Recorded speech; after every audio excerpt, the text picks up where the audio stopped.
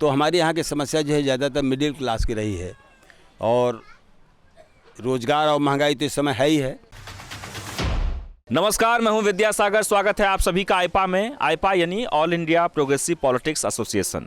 हमारा मकसद आम हो या ख़ास उन सब की बातों को समझना है, उनके दिल के दर्द को आप तक रखना है एक मंच के ज़रिए। लेकिन ये समझना बहुत ज़रूरी है कि उत्तर प्रदेश में जो विधानसभा चुनाव हो रहा है उस चुनाव में प्रत्याशी क्या कर रहे हैं, किन किन मुद्दों को लेकर जा रहे हैं। और इस वक्त हम इलाहाबाद उत्तरी विधानसभा में हैं। कांग्रेस के प्रत्याशी अनुराग नारायण सिंह जी हमारे साथ हैं और आपको बता दें कि 4 बार एमएलए रहे हैं।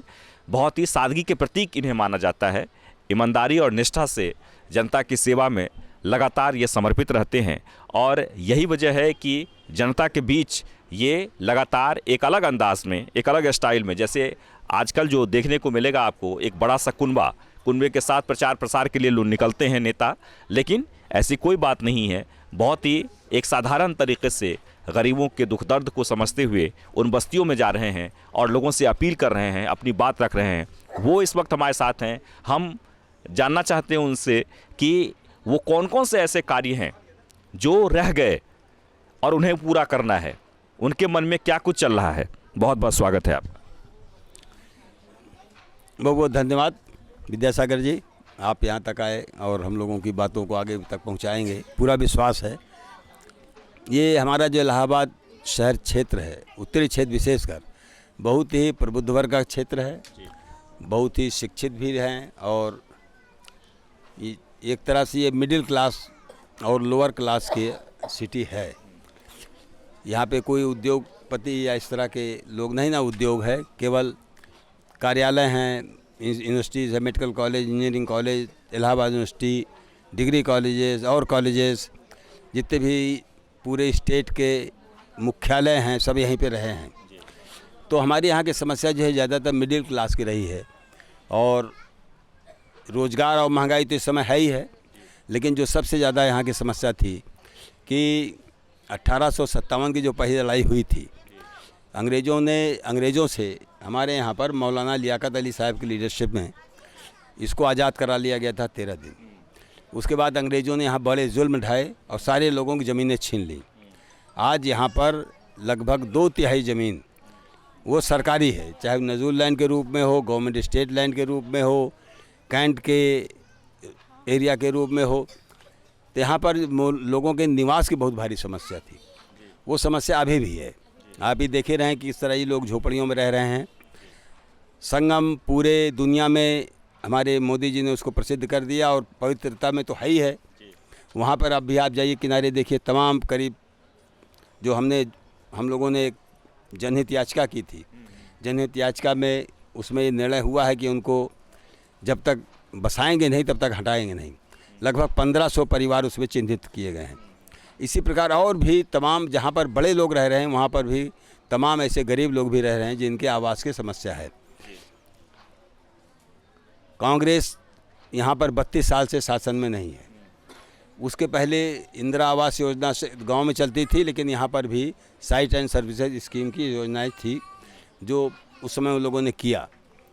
अभी जो बहुत भारी समस्या एक है कि यहाँ के मध्यम वर्ग के आवास की है। जितने भी संस्थाएं हैं वो संस्थाएं भी पूरा नहीं कर पा रही हैं।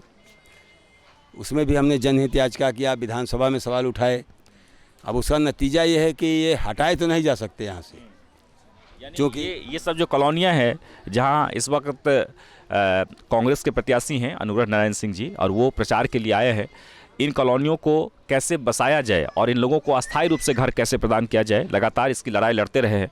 लेकिन सर, हमारा सवाल ये है कि लंबा अनुभव रहा है राजनीति में आपका।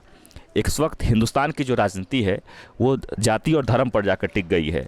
विकास की बातें सब करते हैं लेकिन लास्ट में पोलराइजेशन पे आ जाते हैं। क्या आपको लगता है कि इस वक्त समाज को ज़रूरत है प्रोग्रेसिव पॉलिटिक्स की? समाज को इस समय भी और आगे भी, पहले भी थी, अभी भी है और आगे भी रहेगी।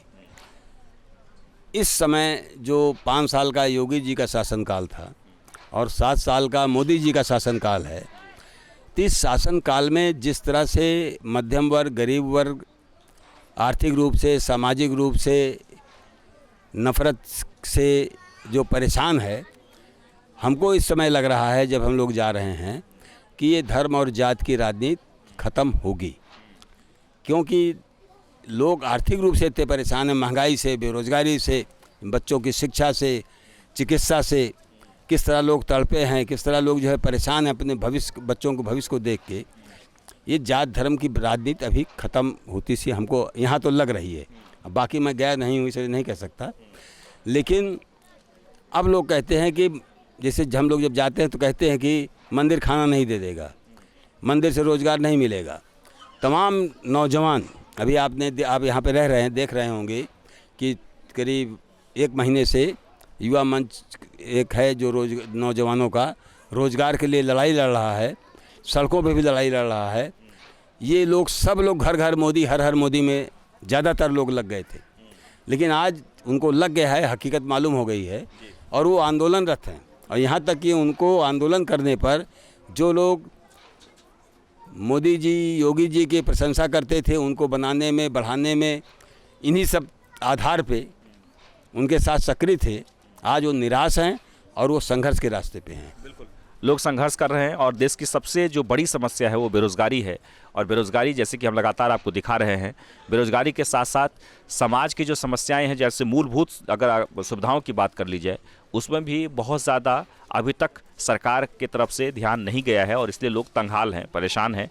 और वही लगातार हम कोशिश कर रहे हैं कि अपने मंच के ज़रिए, आईपा के ज़रिए किस तरीके से उन समस्याओं की तरफ लोगों का ध्यान दिलाएं, सरकार का भी ध्यान जाए और लोगों के दिल में क्या कुछ चल रहा है वो ज़रूर इस बार में करना। लेकिन सबसे महत्वपूर्ण ये है, जैसे कि आपने बहुत सारी बातें बताई है, बहुत सारे मुद्दों की बात कही अपने, सामाजिक समस्याओं को लेकर, विकास को लेकर, लेकिन मुझे लगता है कि जो मूल समस्याएं हैं वहाँ तक हम लोग नहीं जा रहे हैं और वो है नैतिकता को लेकर, शिक्षा को लेकर, स्वास्थ्य को लेकर, जिसकी ज़रूरत सबसे ज़्यादा है। सारी गवर्नमेंट ये बात कहती है लेकिन हम फिर एक जगह पर जाकर शून्य हो जाते हैं। ऐसा क्यों हो रहा है? अब नैतिकता तो देखिए 2 तरह से है। एक तो कुछ लोगों ने धार्मिक लबादा ओढ़ लिया है, आम लोग समझते हैं कि हाँ यही सबसे भारी नैतिक होंगे, सच्चरित्र होंगे, ईमानदार होंगे, इनके दिल में दया, परोपकार, प्रेम, सौहार्द होगा। लेकिन इधर जो देखने में लगा है और जो लोग इससे पीड़ित हुए हैं कि दया, सौहार्द और प्रेम तो छोड़ दीजिए, झूठ का अंबार खड़ा कर दिया है। अब जैसे अभी उत्तर प्रदेश में विज्ञापन भारतीय जनता पार्टी का आ रहा है कि 43 लाख लोगों को मकान दे दिया गया। अगर 43 लाख लोगों को मकान दे दिया गया तो ये बेचारे गरीब लोग अभी झोपड़ी में क्यों हैं? या यहाँ पर आज करीब 25,000 लोग जो स्लम में रह रहे हैं वो क्यों रह रहे हैं? कहीं पर भी कुछ दिखाई नहीं पड़ता है। अखबारों में है, मीडिया में है, मीडिया में कुछ लोग हैं जो लगातार ये बताते रहते हैं कि नहीं साहब ये योगी जी हैं, संत का वेश धारण किए हुए हैं तो निश्चित सत्य बोल रहे होंगे, लेकिन हकीकत कुछ और है। बिल्कुल। तो कुल मिलाकर ये कि प्रयास जो निरंतर जारी है और उसी प्रयास के तहत इलाहाबाद उत्तरी से कांग्रेस के टिकट पर अनुग्रह नारायण जी एक बार फिर से मैदान में आए हुए हैं। एक लंबा अनुभव राजनीति का इनका सफ़र रहा है।